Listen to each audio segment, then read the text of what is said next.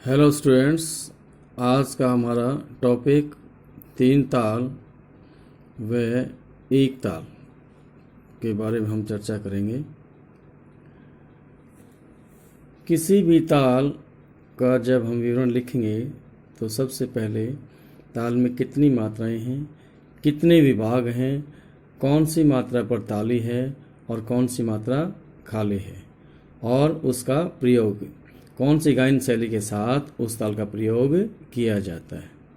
ये पॉइंट्स ताल के विवरण में जब डिस्क्राइब हम करेंगे, हम लिखेंगे। तीन ताल हैं। तीन ताल तबले पर बजने वाली 16 मात्राओं की ताल है। इस ताल में चार चार मात्राओं के 4 विभाग होते हैं। इस ताल की पहली मात्रा पर सम अर्थात पहली ताली आती है। 5वीं और 13वीं मात्रा पर क्रमशः दूसरी व तीसरी ताली आती है तथा 9वीं मात्रा को खाली दर्शाया जाता है। इस ताल का प्राचीन जो नाम है तिताला व त्रिताल व बादशाह ताल के नाम से भी जाना जाता है। यह एक लोकप्रिय ताल है। इस ताल का जो प्रयोग है छोटे ख्याल के साथ किया जाता है। सितार वादन में मसीद खानीगत व रजा खानीगत के साथ भी इस ताल का प्रयोग किया जाता है।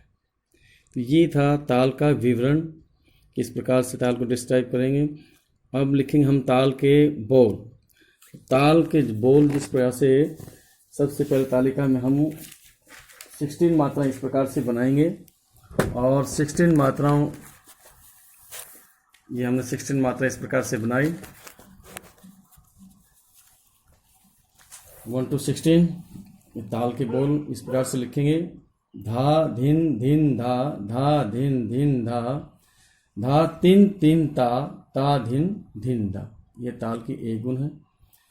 जब ताल की दुगुन लिखेंगे तो ताल के दुगुन में हम दो दो मात्राएं लिखेंगे और ये सेमी सर्कल इस प्रकार से उन मात्राओं के नीचे किस प्रकार, जैसे 1 और 2 एक मात्रा के नीचे, 1 और 2 के नीचे क्या है, धा धिन 1 के नीचे, धिन धा 2, धा धिन धिन धा, धा तिन तिन ता धिन धिन धा।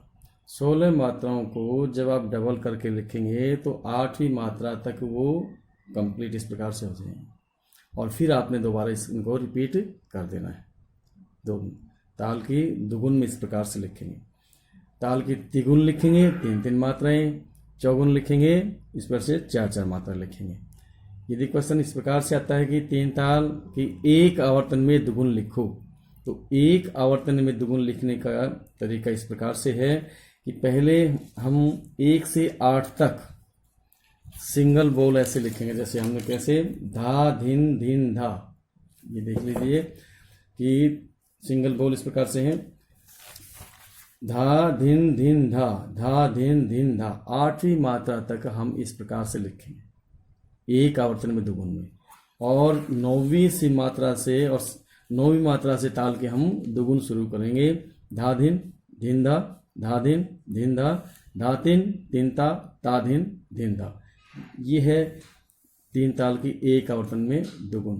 किसी भी ताल की जब एक आवर्तन में दुगुन हम लिखेंगे तो जिस ताल में जितनी मात्राएं हैं, मान लीजिए एक ताल है, एक ताल में 12 मात्राएं हैं, तो 1 to 6 मात्रा तक सिंगल वही उसी के बोल लिखेंगे। उसके बाद 7वीं मात्रा से ताल की दुगुन शुरू करेंगे इस प्रकार से एक आवर्तन में दुगुन। तो ये था 3 ताल की एक आवर्तन में दुगुन। अब नेक्स्ट है ताल, आपके सिलेबस में है एक ताल। एक ताल तबले पर बजने वाली बंद बोलों की ताल है। बंद बोल और खुले बोल क्या होते हैं? बंद बोल तबले पर बजाए जाते हैं और खुले बोल पखावज या मृदंग पर खुले हाथ से बजाए जाते हैं। बंद बोल। इस ताल में 12 मात्राएं होती हैं और 2-2 मात्राओं के 6 विभाग होते हैं। 2-2 मात्राओं के 6 विभाग होते हैं। इस ताल की पहली मात्रा पर सम अर्थात पहली ताली आती है, 5वीं, 9वीं और 11वीं मात्रा पर क्रम से दूसरी, तीसरी व चौथी ताली आती है।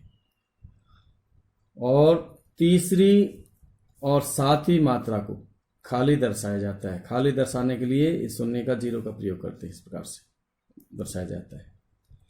ये है ताल के बोल। एक ताल के धिन धिन धागे तिरकिट तू न कत ता धागे तिरकिट धिन ना। फिर दोबारा देख लीजिए। एक ताल के बोल धिन धिन धागे तिरकिट तू न कत ता धागे तिरकिट धिन ना। ये है एक ताल के बोल। एक गुण है, इसको हम ठाले भी कहते हैं। और दुगुन में क्या लिखेंगे? दो दो मात्राएं जोड़ करके। किस प्रकार से? धिन धिन दुगुन के लिए हम दोबारा से काउंटिंग लिखेंगे इस प्रकार से, और ताल चिन्ह भी दोबारा, और उसके बाद थोड़ा स्पेस ज़्यादा रखेंगे और लिखेंगे दुगुन में दो दो मात्राएं जोड़ करके। धिन धिन धागे त्रिकिट तू ना कत्ता धागे त्रिकिट धिन ना। इस प्रकार से 12 मात्राएं 6 मात्राओं में कंप्लीट हो जाएंगी। डबल डबल लिखेंगे और फिर इसके बाद दोबारा हम रिपीट कर देंगे। तो ये है दुगुन। और तिगुन में 3-3 मात्राएं और चौगुन में इस प्रकार से हम 4-4 मात्राएं एक के नीचे लिखेंगे। तो नेक्स्ट ताल है आपके सिलेबस में 4 ताल। इस ताल में 12 मात्राएं होती हैं। यह ताल पखावज पर बजाई जाती है और खुले बोलों की ताल है। इस ताल में 2-2 मात्राओं के 6 विभाग होते हैं। इस ताल की पहली मात्रा पर सम अर्थात पहली ताली आती है। 5वीं, 9वीं और 11वीं मात्रा पर क्रमशः दूसरी, तीसरी व चौथी ताली आती है तथा तीसरी व 7वीं मात्रा को खाली दर्शाया जाता है। तीसरी और 7वीं मात्रा को खाली दर्शाया जाता है। इस ताल के समान एक दूसरी ताल और है जिसका नाम है एक ताल। मात्राएं, विभाग, ताली व खाली एक समान है। केवल बोलों में अंतर होने के कारण, बोल डिफरेंट है, बोलों में अंतर होने के कारण एक दूसरे से अलग है, भिन्न है। इस ताल का प्रयोग, कौन से? 4 ताल। इस ताल का प्रयोग ध्रुपद गायन शैली के साथ इस ताल का प्रयोग किया जाता है। स्वतंत्र वादन में भी इस ताल का प्रयोग किया जाता है। अब है ताल की टेबल देख लीजिए। इस प्रकार से बनाएंगे। 12 मात्राएं, ये लिखा 12 मात्राएं, और उसके बाद ताल के बोल लिख लीजिए। धा धा दिन ता किट धा दिन ता टिट कत गैदी गन। ये है ताल। 4 ताल के एक गुण है, ठाल है, इसका हम कहते हैं ठाल है, एक गुण। अब दुगुन लिखेंगे। दुगुन में हम 2-2 मात्राएं, जिस प्रकार से पहले हम 2 तालों में किया था, इसी प्रकार से कि धा धा पहली मात्रा के नीचे, दिन ता दूसरी मात्रा के नीचे, किट धा थर्ड मात्रा, दिन ता। इस प्रकार से हम मात्राओं को 2-2 मात्राओं में जोड़ करके लिखेंगे तो 12 मात्राएं 6 तक कंप्लीट हो जाएंगी। और फिर इनको दोबारा रिपीट कर देंगे। यहाँ ये 4 ताल की दुगुन। तिगुन और चौगुन में, तिगुन में 3-3 मात्राएं, चौगुन में इस प्रकार से 4-4 मात्राएं, एक के नीचे 4 मात्राएं लिखेंगे चौगुन में, और तिगुन में 3 मात्राएं लिखेंगे। इस प्रकार से एक गुण, दुगुन, तिगुन और चौगुन।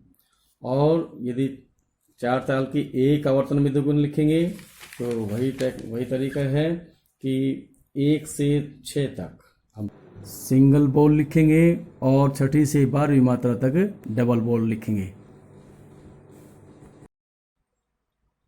यह 4 ताल की एक आवर्तन में इस प्रकार से दुगुन। धन्यवाद।